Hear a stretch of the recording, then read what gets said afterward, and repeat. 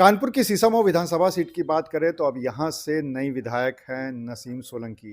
नसीम सोलंकी पूर्व विधायक इरफान सोलंकी की पत्नी हैं और उन्होंने जीत दर्ज कराई है भाजपा के प्रत्याशी को हराते हुए।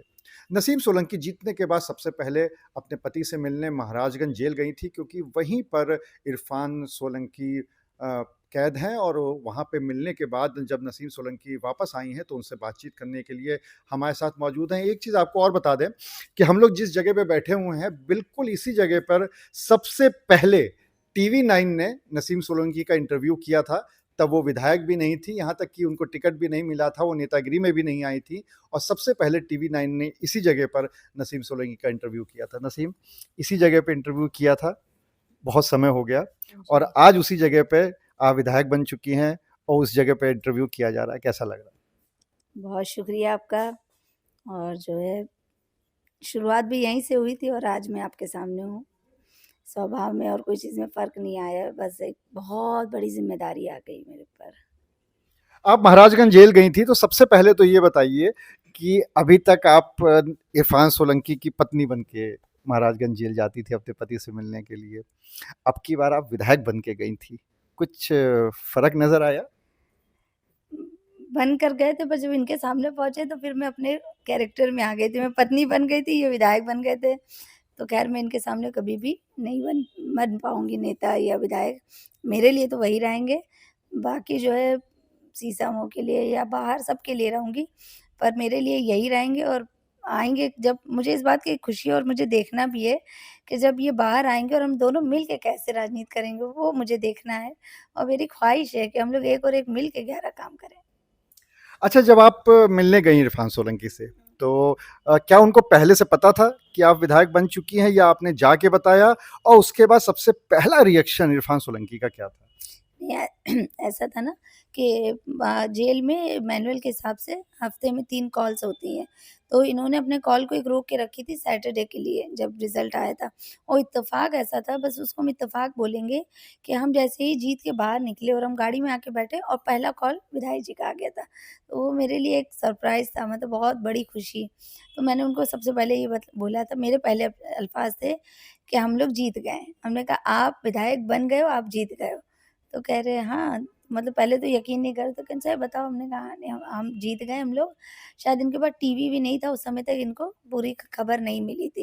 ये जानने के लिए इन्होंने फ़ोन करा था क्या है?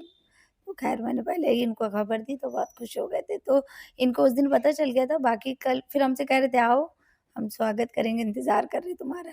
तो इसीलिए हमको सबसे पहले उनसे मिलना था। तो जब वहाँ पर जाके मिली, तब फिर इरफान सोलंकी का क्या रिएक्शन था? वो भावुक हुए, रोए या कुछ कहा उन्होंने? बहुत देर तो रोते ही रहे, बहुत देर बच्चों के और मेरे गले लगकर इत्तेफ़ाक से मौका अच्छा मिल गया था, हमको अंदर मिलाई हो गई थी पहली बार इतने दिन बाद। और जो है अच्छा, मतलब ऑल ओवर बहुत-बहुत रो रहे थे, बहुत अच्छा रहा सब।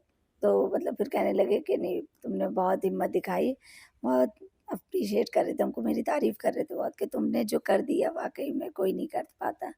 तो बहुत खुश थे, कह रहे मुझे बहुत प्राउड है कि तुम मेरी बीवी हो। तो बस ये उन्होंने बोला है।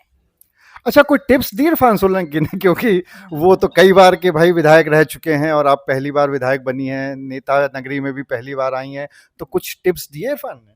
हाँ, कह रहे थे, कह रहे जो है बिल्कुल जनता के बीच में रहना और जो है सीसामऊ का परिवार जो है जिन्होंने तुम्हें क्योंकि इनको भी कहीं न कहीं खबर थी कि माहौल जो है पब्लिक में ही, मतलब ये जीता है। हालाँकि मेहनत सबने करी है, पर इनको विश्वास था। मैंने इनको कल पूछा था कि आपको लग रहा था हम लोग जीत जाएँगे? कह रहे हाँ, मुझे 100% था कि सीसामऊ की जनता मुझे अच्छे से जानती है और इनका पहली बार जब ये जेल गए थे, जब भी इनका यही था कि मेरी जनता जानती है कि उनका विधायक कैसा है, तो इनको बहुत कॉन्फिडेंस था कि तुम जीत जाओगी।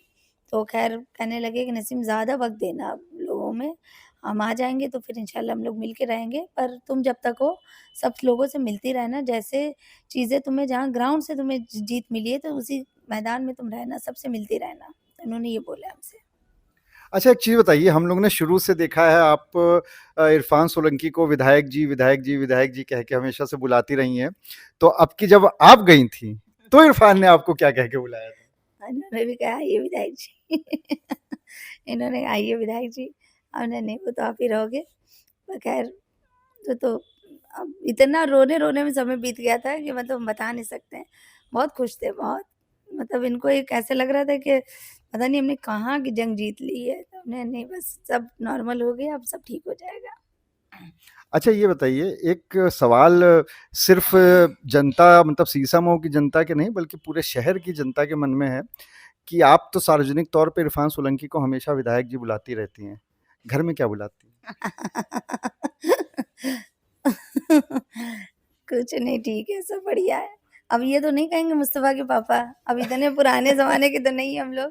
ख़ैर हम लोग जो है मज़ाक-मज़ाक में काफ़ी चीज़ें होती है, क्योंकि हम लोग मियाँ-बीवी वाला कम दोस्ती वाला रिश्ता ज़्यादा है, तो बहुत कुछ कह देते हैं हम।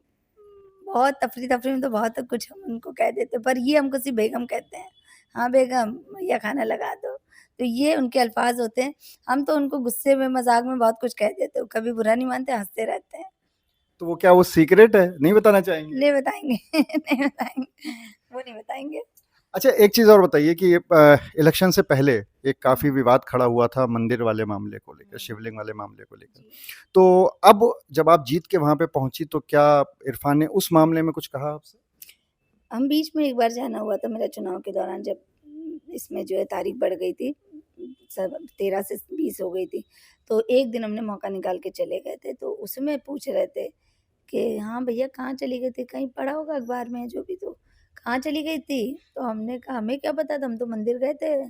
फिर हमको वहाँ पता चला आपने तो फिर कह रहे फिर पूछी पूरी बात क्या है? तो हमने कहा हम इस तरीके से गए थे वहाँ ये हुआ था। तो कहने इतना फिर इसमें क्या हो गया? तो हमने कहा हमें नहीं पता क्या हो गया। हमने आप जाओ तो ठीक है, हम गए तो बवाल हो गया। तो कहने लगी तो हमने भी तो इसमें वो करवाया था काम-वाम जो भी करे तो हमने कहा वो हमको मालूम है। पर ये जो है हमने कहा जनता भी जान रही, सब जान रहे हैं। पर वो लोग नहीं जान रहे जो झूठी-मूठ जो है वो कर रहे थे इसमें कंट्रोवर्सी। और कहने मैं कहा ठीक तो कहने लगे नहीं इसमें कोई दिक्कत नहीं है, मंदिर जाना जो जहाँ कहें वहाँ जाओ। पर जो है अपने मन को साफ रखें और इन्होंने हमको यही कहा था, कहने लगे नसीम कहीं जाओ, कहीं काम कराओ बस मन में साफ रखो कि हमको ये काम कराने की नीयत से हम जा रहे हैं। तो इन्होंने बहुत मतलब इस चीज़ को तारीफ़ करी थी कि नहीं नसीम काम तुम्हें हर जगह जाके करना है। तो उसमें कोई बोले कि हर जगह जाना जहाँ तुम्हें कहें पर काम और ऐसे लोगों में साफ-सुथरी जगह में अच्छी छवि के साथ जाना। इस पूरे मामले में हमारी एक मुकदमा भी मतलब परिवाद कोर्ट में दर्ज हो गया है। एक नेता हैं धीरज चड्ढा उन्होंने दर्ज कराया है और एक ऑडियो भी वायरल हुआ था जिसमें काफ़ी बहस हो रही थी आपकी और उनकी और वो मुकदमा दर्ज कराने की धमकी भी दे रहे थे उसमें। तो मुकदमा अब दर्ज हो गया है, तो इस मामले में आपका क्या सोचना है?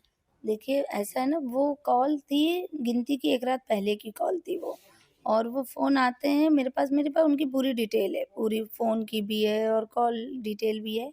तो और जब रात में फ़ोन करा उन्होंने तो बड़े अजीब तेवर में बात हो रही थी, कौन बोली, कौन बोली? तो हमें थोड़ा अजीब लगा तो मैंने भी उनकी कॉल रिकॉर्ड कर ली थी अपने वैसे अमूमन होती नहीं मेरे पास। हमने उनकी फ़ोन को रिकॉर्ड करा, तो वो ये सब कन्वर्सेशन स्टार्ट कर दी तो हम मतलब हमें लगा कि फ़िज़ूल का फ़ोन है, तो हमें लगा कोई नशे में है या कोई दिमागी उसका संतुलन नहीं ठीक है, रात के 10 बजे की बात थी ये। तो मुझे कोई पागल आदमी लगा तो इसीलिए हमने उसको ध्यान नहीं दिया और हमने उसका कॉल का रिएक्शन भी अभी भी मुझे लगता है कि उस पे बात करना बेवकूफ़ी होगी। अगर मैं बात करती हूँ तो वो फ़िज़ूल में हीरो बने, कोई ऐसा मसला नहीं, वो नशेड़ी-गंजेड़ी जो भी है हमें नहीं मालूम, वो आदमी मुझे ठीक नहीं लग रहा है और मुझे लग रहा है जो फ़िज़ूल की अपने आप को हाइलाइट करने के लिए चीज़ें कर रहा है, तो मेरे समझ से तो वो कोई दिमागी उनका संतुलन ठीक नहीं है, तो मुझे उनसे कोई वो बोलना भी नहीं है उनके चलिए अब एक आखिरी सवाल, अब विधायक बन गई हैं, इरफ़ान सोलंकी से भी मिल आई हैं, तो अब आगे की क्या रणनीति है अब सीसामऊ को लेकर, सीसामऊ की जनता को लेकर क्योंकि ज़िम्मेदारियाँ भी बहुत है जैसा आपने कहा अभी, तो अब आगे की क्या रणनीति? बस अब हमने 2 दिन का लोगों से बोला भी था कि मुझे 2 दिन की लीव देना, मुझे मिलना है विधायक जी से। आज से हम लोग ने तय करा है कि अब हम सबसे पहले तो जो हमारे वोटर्स है, सपोर्टर है, सबके घर जाके धन्यवाद करना है। फिर उसके बाद काम को जब शपथ हो जाती है तो फिर काम की शुरुआत इंशाल्लाह करूँगी। मुझे मतलब मुझे खुद भी लग रहा है कि मुझे काम करवाना है मुझे।